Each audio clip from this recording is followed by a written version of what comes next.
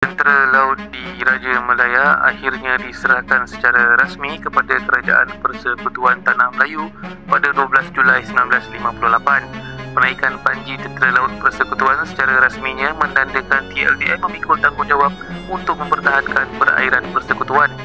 TLDM memulakan tugasnya hanya dengan sebuah pangkalan pusat di HMS Malaya dan sebuah armada kecil yang terdiri daripada sebuah kapal LCT, 2 buah kapal penyapuran jauh Minesweeper dan 7 buah kapal ronda.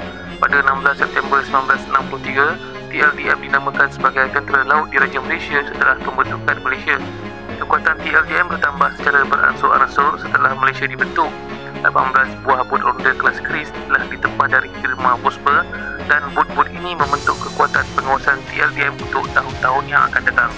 Walau bagaimanapun, bot kelas Chris hanya dihadkan sebagai bot ronda pesisir pantai kerana mempunyai ketahanan operasi yang rendah. Selepas itu, kekuatan berperang TLDM bertambah dengan pembelian bot serang laju kelas Brave dari firma Vosper sebanyak 4 buah. Kapal ini juga dikenali sebagai kelas perkasa dan dibina khas untuk TLDM dalam limbungan Vosper pada tahun 1967. Kapal serang laju perkasa ini dilengkapkan dengan 4 torpedo 21 inci, sebuah meriam Bofors 40mm dan 1 meriam 20mm di bahagian buritan. TLDM mendapat sebuah kapal lagi apabila Royal Navy memindahkan frigate kepada TLDM pada tahun 1964. Kapal tersebut dinamakan semula sebagai KD Hang Tuah. Semasa konfrontasi, KD Hang Tuah mengambil alih tugas pengawalan di perairan Tawau, Sabah. KD Hang Tuah berkhidmat dalam armada TLDM sehinggalah kapal ini diluncurkan tauliah pada tahun 1970 dan dilupuskan. Pada tahun 1970 pula, TLDM memperoleh lagi kapal frigate HMS Mermaid dari Royal Navy bagi menggantikan KD Hang Tuah yang tidak lagi berkhidmat. Kapal ini juga dinamakan sebagai KD Hang Tuah. KD Hang Tuah merupakan sebuah kapal frigate bersenjatakan meriam berkembar 102mm. KD Hang Tuah telah diluncurkan tauliah dan menjadi muzium di Lumut Perak.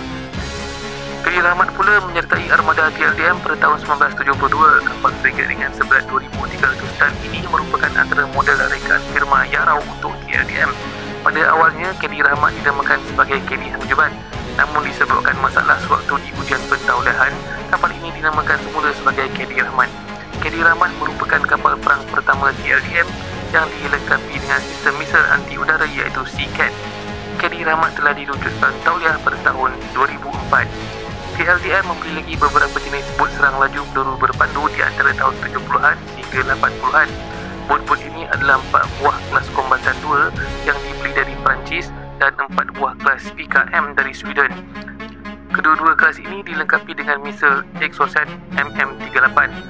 TLDM turut memperoleh 2 buah Offshore Patrol Vessel OPV kelas Mushtari. Keperluan menghantar tentera dan peralatan melalui jalan laut iaitu Military Sea Lift turut dipenuhi apabila TLDM membeli kapal-kapal Landing Ship Tank LST dari Amerika Syarikat. Kapal-kapal yang dibeli adalah KD Sri Bangi, KD Raja Jarum, KD Sri Indapura. Kebolehan tambahan turut diperoleh dan disediakan dengan 2 kapal sokongan pelbagai fungsi iaitu KD Sri Indra Sakti dan KD Mahawangsa. Keupayaan menangani ancaman daripada api disediakan oleh 4 kapal mine hunter kelas Mahameru. Kapal-kapal ini juga dikenali sebagai kapal penyapuran jauh. Tugas hidrografi diserahkan kepada KD Perantau dan KD Mutiara. Sejumlah kapal TLDM telah ditunjuk tauliahkan dan diserahkan kepada Agensi Penguatkuasaan Maritim Malaysia APMM. APMM telah menerima 17 buah kapal dari armada TLDM dengan pembinaan secara hot transfer untuk perkhidmatan APMM. 6 buah kapal diserah kepada APMM pada Ogos 2005 dan 7 lagi